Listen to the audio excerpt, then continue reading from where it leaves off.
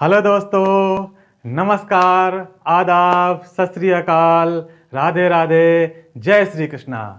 मैं अखिल मिश्रा आप सभी का आपके अपने YouTube चैनल अखिल एकेडमी के FRB 2021 में आप लोगों का स्वागत करता हूं। जी हाँ, FRB मतलब फाड़ू रिवीजन बैच।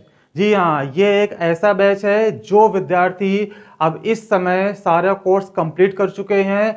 अब उनको ज़रूरत है सिर्फ एक क्विक रिवीजन की। तो इस वीडियो के माध्यम से मैं आपको रिवीजन बैच कराऊंगा और इस बैच में मैं आपको प्रश्नावली के अनुसार सारे क्रम वाइज कैसे कॉन्सेप्ट और फॉर्मूला और कैसे प्रश्नों को सॉल्व करते हैं वो सारी चीज़ें मैं आपको डिस्कस करूंगा। साथ ही साथ जो बहुत लंबे प्रश्न होते हैं, कुछ जो प्रश्न हार्ड होते हैं, वो भी मैं आपको कैसे इजी वे में करेंगे वो भी आपको मैं ज़रूर बताऊंगा। और साथ ही साथ जो बच्चे जेई मेंस या एडवांस देने के इच्छुक है, जिन्होंने अपना एम बना रखा है, उनके लिए एनसीईआरटी की जो विविध प्रश्नावली है उसमें जो इंपॉर्टेंट क्वेश्चंस हैं जेई मेंस के पर्पज से, उनको भी मैं कैसे ट्रिक के द्वारा कैसे सॉल्व करेंगे उनको भी मैं इसमें शामिल करूंगा। तो ये वीडियो या ये पूरा जो सीक्वेंस है एफआरसी का, ये बहुत ही आपका इंपॉर्टेंट होने वाला है। ठीक है दोस्तों, तो आज मैं जो टॉपिक स्टार्ट करने वाला हूं आज के रिवीजन बैच में वो बहुत ही इंपॉर्टेंट है। जी हाँ, समीकरणों में समीकरण, अवकल समीकरण। जी हाँ, आज मैं जो चैप्टर स्टार्ट करूंगा वो है एनसीईआरटी का चैप्टर नंबर 9, अवकल समीकरण मीन डिफरेंशियल इक्वेशन। जी हाँ, डिफरेंशियल इक्वेशन के क्रमवार जो भी कॉन्सेप्ट हैं, जो भी सूत्र हैं, उन सबको मैं इस वीडियो में कवर करूंगा।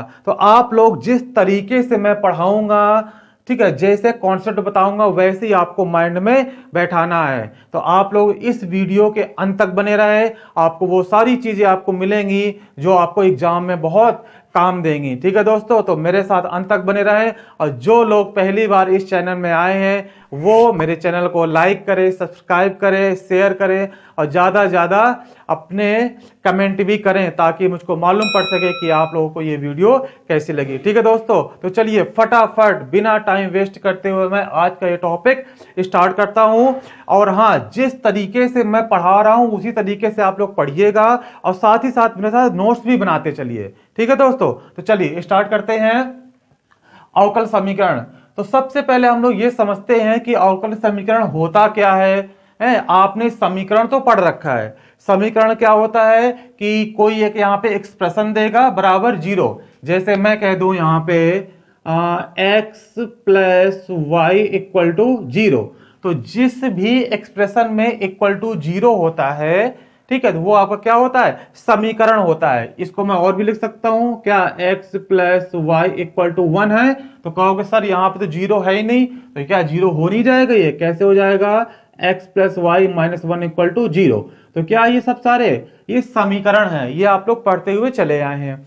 अब मैं बात कर रहे हैं हम लोग यहाँ पे अवकल समीकरण की। जी हाँ, तो अवकल समीकरण और समीकरण में क्या फर्क रहेगा। जो ये समीकरण है, जैसे आपका ये है और भी, जैसे मैं कह दूं x square minus 4x plus 3 equal to 0, तो ये सब आप पढ़ चुके हैं। इन्हें हम लोग बोलते हैं क्या, बीज गणितीय समीकरण। अच्छे समझिएगा, बहुत से लोग चैप्टर पढ़ लेते हैं लेकिन अच्छे से समझ नहीं पाते कि चैप्टर क्या है। इन्हें हम लोग क्या कहते हैं, बीज गणितीय समीकरण। यदि कोई और किसी में फंक्शन है, जैसे मैं कह दूं sine square x plus cos x minus का 3 इक्वल टू 0, तो ये भी आपका एक समीकरण है, लेकिन किसमें है, ये त्रिकोणमितीय समीकरण है। इसी तरह से अब जो अवकल समीकरण होगा उसमें जो बहुपद होगा वो किसकी होगी, अवकलज की होगी। आपने अवकलन पढ़ के आए हैं आप लोग, मतलब d Y upon D x, इसे आप लोग अच्छे से जानते हैं ना। ये क्या है, d Y upon D x अवकलन, मतलब y का अवकलन x के सापेक्ष। तो जो भी द्विघात समीकरण होंगे, जो भी समीकरण होंगे, इस पर वो क्या कहलाएंगे, अवकल समीकरण। सिंपल है, जैसे मैं कह दूं कि d Y upon D x plus Y equal to 0, तो ये क्या हो जाएगा आपका अवकल समीकरण। दूसरी भाषा में मैं कह दूं क्या, कि d two Y upon D x square plus D Y upon D x minus x y equal to 0। तो ये भी क्या है आपका अवकल समीकरण। क्यों? क्योंकि इस पूरे समीकरण में D Y upon D X दिया है, इस पूरे समीकरण में भी D Y upon D X या D two Y upon D x square है। आप लोग जानते हैं ये क्या है, इसका मतलब है कि इसको एक बार अवकलन किया गया होगा, इसका मतलब क्या है कि इसको दो बार अवकलन किया होगा, मतलब ये फर्स्ट डेरिवेटिव सेकंड डेरिवेटिव, ऐसे हम लोग बहुत सारे डेरिवेटिव करते जाते हैं। ठीक है दोस्तों, तो ये सारे के सारे हमारे पास क्या कहलाते हैं, ये सारे के सारे अवकल समीकरण, ये सब क्या कहलाएंगे हमारे लिए, अवकल समीकरण। ठीक है दोस्तों, तो ये देखो ये फर्क होता है। अब कभी कभी शॉर्ट में हम लोग ऐसे भी लिख देते हैं क्या, y dash plus x y equal to 0। तो अब यहाँ पे सर y डैश क्या है, तो ये भी आप लोग जानते हैं y डैश कुछ भी नहीं है। यहाँ पे मैं कुछ चीजें लिख रहा हूं, जैसे आप लोग देखिएगा d Y upon D x को हम लोग क्या y डैश भी कहते हैं, मालूम है सब आपको। D two Y upon D x square को हम लोग y डबल डैश भी कह सकते हैं। यदि d three Y upon D x cube बराबर वाई ट्रिपल डैश, इसी तरह से हम लोग बहुत सी चीजें लिख सकते हैं। जो डिफरेंशियल इक्वेशन होते हैं वो इनमें भी लिखे जाते हैं। जैसे मैं लिख दूं कि x y double dash plus y dash minus y equal to 0। तो यहां पे तो कहीं d Y upon D x है नहीं है, लेकिन फिर भी ये डिफरेंशियल इक्वेशन है। क्यों? क्योंकि आप जानते हैं कि y डैश या y डबल डैश ये सब क्या होते हैं, अवकलज होते हैं। क्लियर दोस्तों, तो ये थे आपके अवकल समीकरण के किन्हें कहते हैं हम लोग। ठीक है, तो अब जो कॉन्सेप्ट आपको अपने माइंड में रखना है, जो पढ़ना है, वो सबसे पहले आपको पढ़ना है कोटि और घात। सबसे पहले ये चीज क्वेश्चन पूछा जाता है, एक क्वेश्चन एग्जाम में कंफर्म आएगा। जेई मेंस के जो बच्चे हैं उनसे भी ये क्वेश्चन पूछे जाते हैं, लेकिन उनके क्वेश्चन थोड़ा सा हार्ड हो जाते हैं। ठीक है, आपके जो क्लास 12th में क्वेश्चंस आएंगे वो थोड़ा सा इजी टाइप के आएंगे। तो यहाँ पे जो बेसिक कॉन्सेप्ट है उसको मैं क्लियर कर देता हूं। वो थोड़ा सा कॉन्सेप्ट है, इसमें कोई भी सवाल आएगा आप लोग कर देंगे। लेकिन आज मैं इस वीडियो में एक क्वेश्चन बहुत ही इंपॉर्टेंट बताऊंगा जो 2021 के बोर्ड एग्जाम में आने वाला है, तो आप लोग देखिए कैसे करते हैं। ठीक है, तो हम जो है कोटि और घात को हम कुछ एग्जाम्पल से समझते हैं। ठीक है, परिभाषा लिखवाने से कोई मतलब नहीं है। मैं कुछ यहाँ पे एग्जाम्पल लिखूंगा, उसकी मैं कोटि बताऊंगा, उसकी मैं घात बताऊंगा। तो ये पहला कॉन्सेप्ट है जिसको आपको क्रम से सोचना है। क्लियर, कहीं भी ये प्रश्नावली आए या ये चैप्टर का नाम आए अवकल समीकरण, तो सबसे पहले क्या सोचना है, कोटि और घात। क्लियर, तो चलिए कुछ एग्जाम्पल के द्वारा मैं समझते हैं इसको हम लोग कोटि और घात को। जैसे पहले एग्जाम्पल ले लेते हैं हम लोग यहाँ पे, एग्जाम्पल नंबर फर्स्ट, जैसे आपका D two Y upon D x square plus Y equal to 0। दूसरा ले लेता हूं मैं example D three Y upon D x cube plus x square D two Y upon D x square का whole cube equal to 0। तीसरा example ले लेता हूं D Y upon D X का whole square plus D Y upon D x minus sine square Y equal to 0। चौथा example ले लेता हूं मैं D Y upon D x plus sine D Y upon D X equal to 0। पांचवा example ले लेता हूं D three Y upon D x cube plus Y square plus E की power D Y upon D X equal to 0। और अगला छठवां ले लेता हूं, last example X Y into Y की power double dash plus x Y dash का whole square plus log y dash equal to 0। ये 6 एग्जाम्पल मैंने ले लिए। क्लियर, इन 6 एग्जाम्पलों में मैं आपको कोटि कैसे निकालेंगे, घात कैसे निकालेंगे, वो सारी चीजें मैं यहाँ पे आपको कवर करके बताता हूं। क्लियर, तो सबसे पहले मैं बात करता हूं क्या, कोटि की बात करता हूं। सबसे पहले क्या, किसकी बात करेंगे हम लोग, कोटि की, फिर हम लोग यहाँ पे बात करेंगे घात की। क्लियर, चलिए पहले हम कोटि निकालेंगे, फिर से क्या निकालेंगे हम लोग, इसकी घात निकालेंगे। चलिए देख लेते हैं इसमें कैसे करेंगे। बहुत आसान कॉन्सेप्ट है, छोटा सा है, लेकिन इससे क्वेश्चन आते हैं, पूछ लिए जाते हैं। क्लियर। चलिए तो सबसे पहले देखते हैं कि जो ये डिफरेंशियल इक्वेशन है, सारे के सारे क्या दिए हैं आपके, अवकल समीकरण। सभी में आपको dy अपॉन dx दिख रहा होगा। अब हम बात करते हैं कि पहला जो डिफरेंशियल इक्वेशन है, इसकी कोटि क्या है। तो ये चीज ध्यान रखिए कि कोटि जो होती है वो प्रत्येक डिफरेंशियल इक्वेशन की निकलती है। कोटि क्या होती है, सभी जितने भी अवकल समीकरण होंगे सभी की कोटि निकलेगी, लेकिन घात सभी की नहीं निकलती। कैसे याद रखेंगे, कोटि, कोटि जो होती है वो सब लोग पहनते हैं, ऐसा याद रखो। कोटि क्या है, सब लोग पहनेंगे, तो मतलब सभी की घात निकलेगी। ठीक है। चलिए अब कैसे निकालते हैं। अब इस समीकरण को देखिए, बहुत इंपॉर्टेंट चीज है, अच्छे समझ लीजिए। इसको देखिए, यहां पे y के सापेक्ष अवकलन कितनी बार किया गया है। सर यहां पे तो 2 बार किया गया है, और यहां पे तो किया ही नहीं गया, तो यहां पे कितनी बार किया गया है, 2 बार। तो इसकी कोटि क्या हो जाएगी, 2। सिंपल है।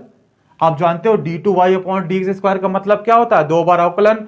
तो पूरे समीकरण में देखिए, पूरे समीकरण में जो सबसे ज्यादा बार अवकलन होगा वही उसकी क्या हो जाएगी, कोटि हो जाएगी। अब यहां देखते हैं, यहां पे कितनी बार किया गया, और y का अवकलन 3 बार। अच्छा, यहां पे कितनी बार किया गया, 2 बार। इसकी घात में कितना, इससे हमें मतलब नहीं है। आप d की घात में देखा करिए, यहाँ पे d की घात कितनी है, 3, यहाँ पे है 2। इसका मतलब ये 3 बार किया गया है अवकलन, और ये 2 बार किया गया है। तो इसमें से जो सबसे ज्यादा हो उसको लेते हैं। तो यहाँ पे तो क्या 3 बार है ना अवकलन, सबसे ज्यादा, तो हमने क्या ले लिया, यहाँ पे 3 ले लिया। इसमें आ जाइए, यहां पर y के सापेक्ष 1 बार किया गया अवकलन, यहां पर भी 1 बार, तो मतलब 1 बार है तो क्या कर दे, इसकी कोटि क्या हो जाएगी, 1 हो जाएगी। इसकी पावर में 2 है, ये अलग बात है। इसके ये और ये दोनों अलग हैं। d2y अपॉन dx स्क्वायर ये अलग है, और dy अपॉन dx का होल स्क्वायर ये चीज अलग है। क्लियर। तो इसकी कोटि क्या हो जाएगी, 1। इसमें देख लीजिए, यहाँ पे अवकलन कितनी बार है, 1 बार, यहाँ पर भी अवकलन 1 बार, तो इसका कोटि क्या हो जाएगी, 1। यहाँ पर 3 बार है, यहाँ पर 1 बार, तो कितनी हो जाएगी कोटि, 3। यहाँ पर 2 बार यहाँ पे है, 1 बार यहाँ पे, 1 बार यहाँ पे, तो इसकी कोटि क्या हो जाएगी, इसकी कोटि हो जाएगी 2। क्लियर। तो आप लोग देखिए कोटि तो निकालना सीख गए होंगे। मतलब पूरे समीकरण में देखिए, पूरे समीकरण में देखने के बाद जो सबसे ज्यादा बार y का अवकलन कहाँ किया गया है उसको लिख देना है। अब हम आते हैं घात में, ये इंपॉर्टेंट चीज है। घात में क्या करेंगे, मतलब इस समीकरण में ये देखिए कि 2 बार अवकलन किया गया। अब इसकी पूरे की होल घात क्या है, इस पूरे की होल घात में क्या लिखा हुआ है, यहाँ पे 1 ही तो लिखा हुआ है, इसकी घात कितनी हो जाएगी, 1। अब इसमें देखो 3 बार यहाँ पे है, 2 बार यहाँ पे है, तो सबसे बड़ी वाली का देखेंगे, इसकी घात में क्या है, यहाँ पे कुछ नहीं, तो इसका मतलब 1 मानते, तो इसकी कोटि घात क्या हो जाएगी, 1। अब यहाँ पे आ जाइए, यहाँ पे 1 बार अवकलन, यहाँ पर भी 1 बार अवकलन। तो अब 1 बार में हम इसको लेंगे, क्यों, क्योंकि इसकी घात में क्या है, 2, और इसकी घात में 1, तो हम लोग इसके ले लेंगे, ये ले लेंगे, तो इसकी घात क्या हो जाएगी, 2। अब यहाँ पे आइए, अब यहाँ पे भी 1 बार अवकलन यहाँ पे है, 1 बार अवकलन यहाँ पे है, लेकिन ये ध्यान देना है कि जो dy अपॉन dx है वो साइन के अंदर ना हो, साइन के कोण में ना हो। साइन, कॉस, टेन, कॉट, सेक, कॉसेक, जितने भी त्रिकोणमिति फलन होते हैं उन सभी के अंदर ये चीज नहीं होनी चाहिए। तो क्या होगा, इसकी घात क्या हो जाएगी, अपरिभाषित, तो क्या हो जाएगी, नॉट डिफाइन। इसकी घात है ही नहीं, इसकी देखो कोटि तो 1 है, लेकिन घात क्या है, अपरिभाषित, नॉट डिफाइन। ऐसे यहां पे देख लीजिए, इसकी घात क्या है, इसकी कोटि तो 3 है, लेकिन यदि e की पावर में यदि dy अपॉन dx आ जाए तो भी उसकी घात क्या होती है, नॉट डिफाइन। और साथ ही साथ यदि dy अपॉन dx मतलब या y डैश कहो लॉग के साथ आ जाती है तो भी उसकी घात क्या होती है, नॉट डिफाइन। क्लियर दोस्तों। तो यहां से आप लोगों ने 3 चीज सीखा। क्या, यदि त्रिकोणमिति फलन के अंदर dy अपॉन dx हो, या e की पावर x के में हो या लॉग के अंदर हो, यदि ये 3 आते हैं, ये 3 ध्यान रखिए, तभी मैंने एग्जाम्पल दिए हैं ये, तो इसमें से कोटि तो निकलेगी लेकिन इसकी घात नहीं निकलेगी। क्लियर। आई होप आपको ये चीज क्लियर हो गई होगी। इतना छोटा सा कॉन्सेप्ट है, इससे एक क्वेश्चन तो कंफर्म आना ही आना है। क्लियर। एक क्वेश्चन क्या है, एक क्वेश्चन कंफर्म आना ही आना है। ठीक है। चलिए अब मैं आपको वो क्वेश्चन बताने वाला हूं जो एग्जाम के पर्पज से बहुत इंपॉर्टेंट है। ठीक है, देखिए वो क्वेश्चन क्या है, इसको अच्छे से समझ लीजिए। ये क्वेश्चन तो आपका एग्जाम में आना है। ठीक है, क्या क्वेश्चन है, देखो क्वेश्चन है d2y अपॉन dx² का whole cube plus dy upon dx का whole square plus sine dy upon dx plus 1 equal to 0 की कोटि व घात, ये आपको बताना है। क्लियर, क्या क्वेश्चन, ये क्वेश्चन इंपॉर्टेंट आने वाला है, नोट कर लो, 2021 के एग्जाम में तो श्योर आना ही आना है। क्या ये क्वेश्चन पूरा है, इसमें कोटि और घात बतानी है आपको। क्लियर, तो अब कोटि और घात कैसे बताएंगे। ठीक है, तो देखो जानते हो आप लोग, कोटि के लिए मैंने क्या बताया था कि सबसे y का ज्यादा बार अवकलन जो करते हैं उसी को ले लेते हैं। तो यहाँ पे कितनी बार किया गया y का अवकलन, 2 बार, यहाँ पे 1 बार, यहाँ पर 1 बार। तो इसकी जो कोटि होगी, कोटि तो आपकी कितनी हो गई, सिंपल 2 हो गई। अब हम आते हैं घात में। तो घात में ये मत करना कि कोटि तो यहाँ पे 2 है, इसी घात 3 कर दो। आपको वो 3 चीजें देखनी है, कौन सी, पूरे समीकरण में कहीं साइन कॉस त्रिकोणमिति फलन तो नहीं है, दूसरा e की पावर x, और तीसरा लॉग में देखना है। यदि कहीं तीनों मिल रहे हैं तो उसकी घात क्या होती है, अपरिभाषित। तो देखो यहाँ पे ये चीज मिल रही कि नहीं मिल रही, साइन वाला, तो इसकी घात क्या हो जाएगी, घात सर हो जाएगी नॉट डिफाइन, अपरिभाषित। क्लियर, तो ये क्वेश्चन ऐसे करते हैं। तो मेरा बहुत उम्मीद है कि ऐसे क्वेश्चन देंगे जिसमें घात क्या होगी, परिभाषित ही नहीं होगी। तो ऐसे क्वेश्चन आपसे पूछे जा सकते हैं। क्लियर, तो ये चीज इंपॉर्टेंट है, तो इसको आप लोग को नोट कर लें। एक पहला कॉन्सेप्ट तो आपको ये चीज माइंड में रखना है, कोटि और घात। क्लियर, अब इसके बाद जो नेक्स्ट कॉन्सेप्ट मैं आपको बताऊंगा, ठीक है, उसमें है सत्यापित करना। क्लियर, कि हम सत्यापित करेंगे, आपको एक अवकल समीकरण दिया रहेगा, दूसरा आपको एक समीकरण दिया रहेगा, मतलब बीजगणितीय समीकरण दिया रहेगा, उसी को हम लोग व्यापक समीकरण भी बोलते हैं। इसे हम लोग और भी क्या बोलते हैं, या कह दो व्यापक समीकरण, ये भी हम लोग इसको कभी कभी कह देते हैं। क्लियर, तो मैं जो अगला कॉन्सेप्ट जो माइंड में आपको रखना है वो बता रहा हूं आपको कैसे सत्यापित करते हैं। चलिए, तो अब हम नेक्स्ट कॉन्सेप्ट पढ़ते हैं। आपको ये कोटि घात का कॉन्सेप्ट माइंड में रखना है। ठीक है, चलिए अब हम इसके बाद आते हैं नेक्स्ट कॉन्सेप्ट पे। ठीक है, उससे भी क्वेश्चन पूछे जाते हैं। जो कोटि और घात का कॉन्सेप्ट था आपका, वो था एक्सरसाइज 9.1। क्लियर दोस्तों, अब हम आते हैं 9.2 में। तो 9.2 में जो क्वेश्चन है आपके, वो कैसे हैं, सत्यापित करने वाले हैं। चलिए देखते हैं, क्वेश्चन से हम लोग समझेंगे। फिर चलिए, क्वेश्चन क्या है, कह रहे देखिए, सत्यापित कीजिए कि सत्यापित कीजिए कि फलन, क्या है, फलन y equal to a cos x plus b sin x। Important question है ये, जिसमें a b belongs to r। अवकल समीकरण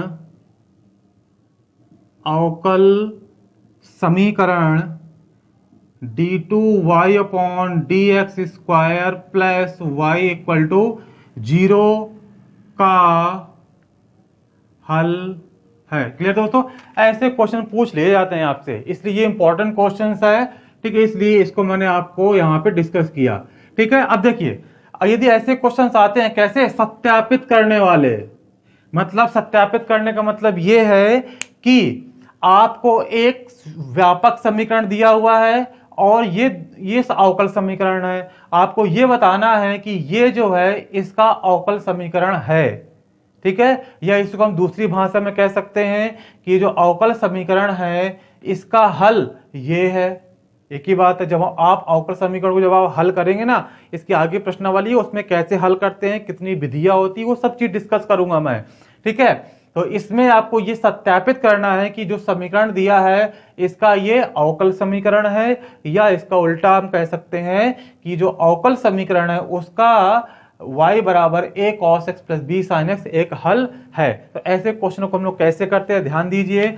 सबसे पहले आप लोग ये देखना कि जो अवकल समीकरण दिया है उसको आप लोग देखो कि उसमें किस किस चीज की जरूरत है। आपको d2y अपॉन dx स्क्वायर चाहिए और y चाहिए, तो y का मान तो दिया हुआ है, आपको हम ये और निकाल लें और उसको उठा के यहाँ पर रख दे, इसको सॉल्व करके 0 आ जाएगा, तो इसका मतलब सत्यापित हो जाएगा। तो चलिए हमारे पास क्या दिया है y equal to a cos x plus b sin x, ये दिया है। अब हमको यहाँ से d2y अपॉन dx स्क्वायर निकालना है, मतलब 2 बार इसका अवकलन करना पड़ेगा, जानते हैं आप लोग। तो इसको क्या करेंगे हम लोग, differentiate with respect to x के सापेक्ष अवकलन करने पर, तो क्या हो जाएगा dy upon dx equal to a constant बाहर रहेगा, cos से क्या हो जाता है आपका माइनस का sin x प्लस b और sin x से क्या हो जाएगा आपका cos x। तो ये एक बार अवकलन हो गया।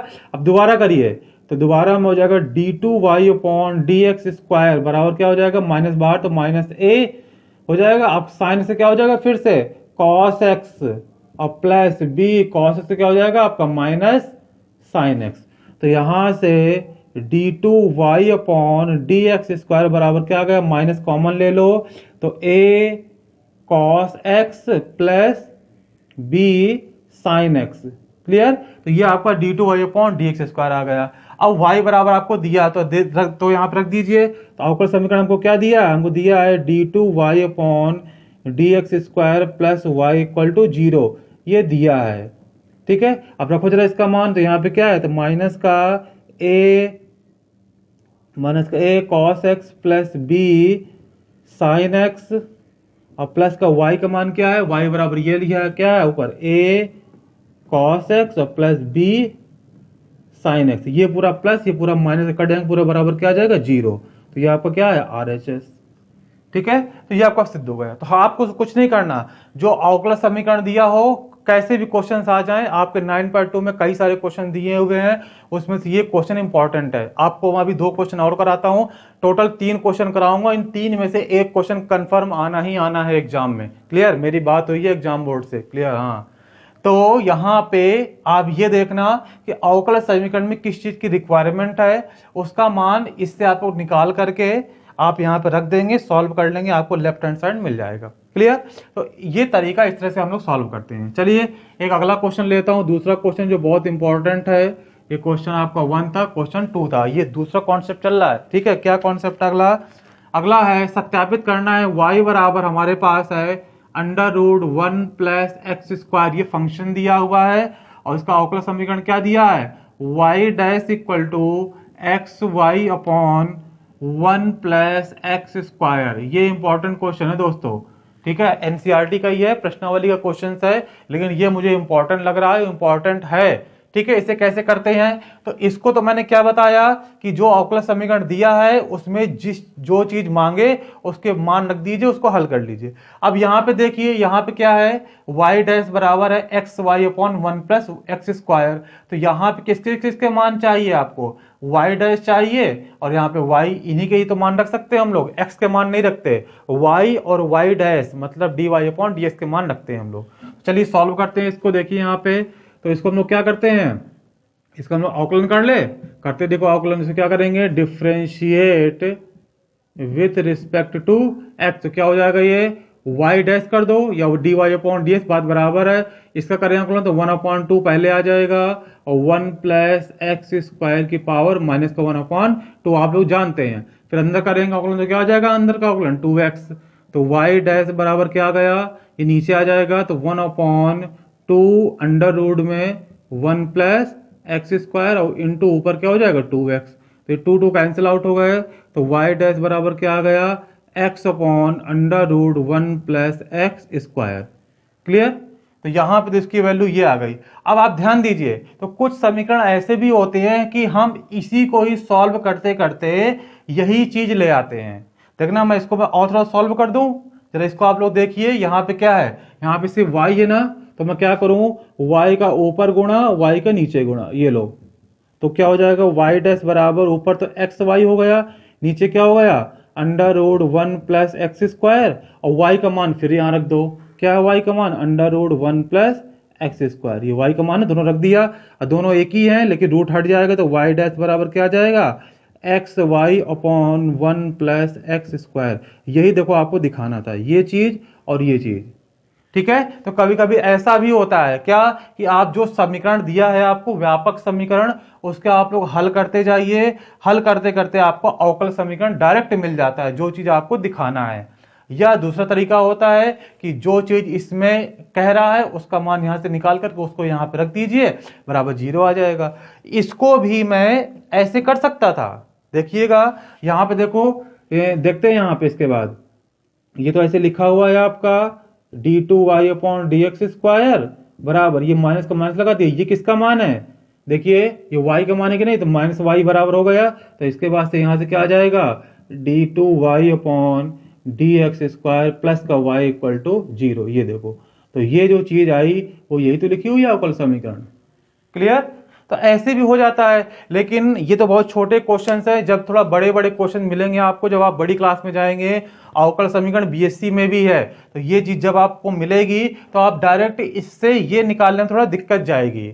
ये छोटे क्वेश्चंस तो आपको दिख रहा था कि y से ऊपर नीचे गुणा करना है या x से भाग करना है, जो भी कुछ करना है तो आपको दिख जाता है। यहां पर भी आपको देखो डायरेक्ट दिख गया, लेकिन ऐसे बड़े बड़े क्वेश्चंस आपको मिलेंगे जिसमें आप लोग ये डिसाइड नहीं कर पाएंगे करना क्या है। तो सबसे इजी मेथड क्या है कि जो अवकल समीकरण दिया है उसका मान आप इस समीकरण से निकाल लीजिए, फिर उसको यहां पर रख दीजिए और सॉल्व कर लीजिए, बराबर 0 आ जाएगा, तो आपका सत्यापित हो जाएगा। क्लियर? चलिए एक क्वेश्चन मैं आपको और कराऊंगा और इन्हीं 3 क्वेश्चनों में से आपका एक क्वेश्चन कंफर्म डैम श्योर आने वाला है। ठीक है, अगला क्वेश्चन क्या है, आपका समीकरण दिया है एक्स वाई बराबर है, क्या है समीकरण देख लेते हैं, एक्स वाई बराबर लॉग वाई प्लस का सी। इससे दिखाना है कि इसका जो अवकल समीकरण होगा वो क्या होगा, इसका अवकल समीकरण होगा y dash equal to y square upon 1 minus x y. Clear? और जहां x y not equal to 1 है। क्लियर? ये तो कंडीशन दी है कि इनफाइनाइट ना हो जाए। तो ये है, ये भी आपका प्रश्नावली का ही क्वेश्चन है एनसीईआरटी का। इसे कैसे सॉल्व करेंगे, सिंपल है, देखो जो चीज दिया है वैसे करो। यहाँ पे क्या है, जो अवकल समीकरण वहां पे कितनी बार अवकलन है, एक बार अवकलन है, तो आप लोग क्या करें, इसका एक बार अवकलन कीजिए। तो चलिए इस पूरे का अवकलन करना है, तो यहाँ पे क्या लिखेंगे, differentiate with respect to x. तो क्या हो जाएगा, देखिए, तो ये यहाँ पे फर्स्ट सेकंड लगेगा, सब आप जानते हैं, पहले को रखा दूसरे का अवकलन प्लस दूसरे को रखा पहले का अवकलन हो जाएगा 1 इक्वल टू लॉग वाई का क्या हो जाएगा 1 अपॉन वाई, वाई का हो जाएगा d Y upon D x, और प्लस का क्या हो जाएगा 0, सी का हो जाएगा 0, कांस्टेंट है। चलिए यहाँ पे क्या हुआ, x, इसको मैं y डैश भी लिख सकता हूँ, प्लस वाई इक्वल टू ये y डैश है और नीचे में क्या है y है, तो y का यहाँ मल्टीप्लाई करा दूंगा पूरे में, पूरे मल्टीप्लाई हो जाएगा ना, देखिए कैची गुणा, हाँ y आ जाएगा, तो x Y dash plus Y square बराबर वाई डैश, वाई डैश को एक साथ कर लीजिए, इसको धर ले जाइए चाहे, तो वाई स्क्वायर बराबर y dash minus x y y dash, तो वाई स्क्वायर बराबर इससे वाई डैश कॉमन कर लीजिए, तो 1 माइनस एक्स वाई, तो वाई डैश बराबर क्या आ जाएगा, y square upon 1 minus x y. ये देखिए, तो इस क्वेश्चन को भी आपने डायरेक्ट सॉल्व करने पर सॉल्व करते चले गए तो आपको क्या मिल गया, डायरेक्ट डिफरेंशियल इक्वेशन आपको ये मिल गया, ये और ये देखो एक ही चीज है ना, तो मिल गई ना। तो ऐसे क्वेश्चंस भी हैं, तो आप लोग क्वेश्चन को सॉल्व करते जाइए। यदि आपको डायरेक्ट मिल जाता है डिफरेंशियल इक्वेशन तो आप लोग डायरेक्ट कर दीजिए, यदि नहीं मिलता है तो सिंपल था जो मैंने पहला क्वेश्चन बताया, आप इससे मान निकाल के वहां पर रख दीजिए। क्लियर दोस्तों?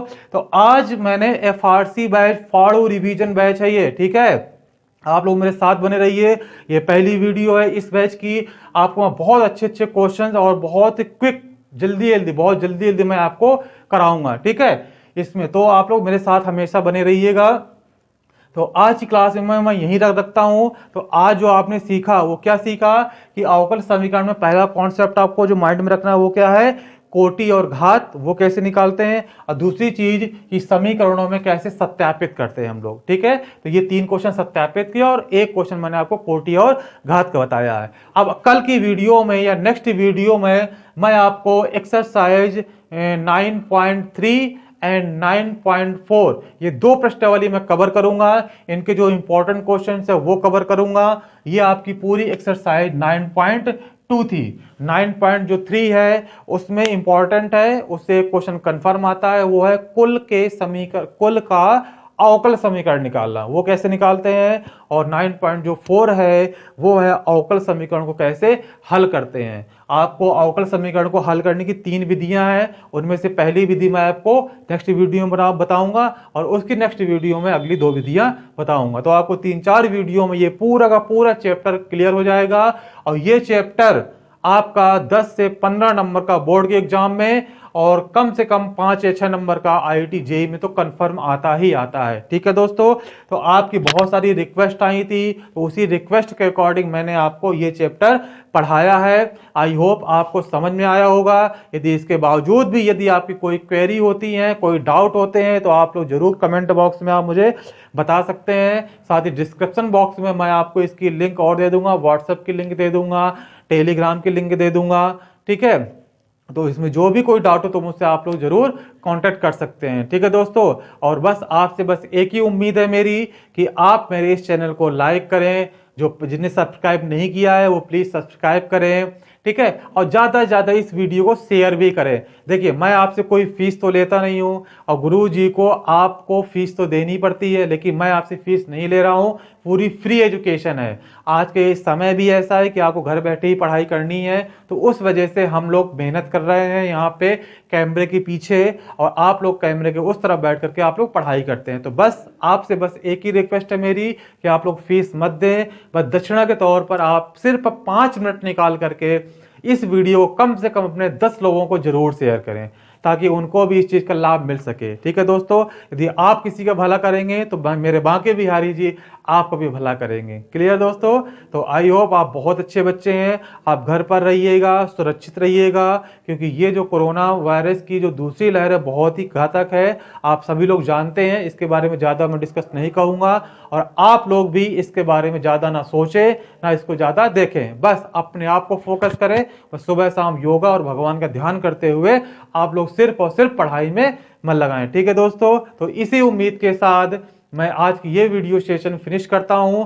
और नेक्स्ट वीडियो में मैं इसके आगे आप लोगों को क्लियर करके अच्छे से बताऊंगा। ठीक है दोस्तों, तो आप लोग कहीं मत जाइएगा, आप लोग मेरे साथ हमेशा बने रहिएगा। मैं जल्दी लौटूंगा एक नई वीडियो के साथ। तब तक बने रहिए आप लोग अखिल सर के साथ। जय श्री कृष्णा, राधे राधे।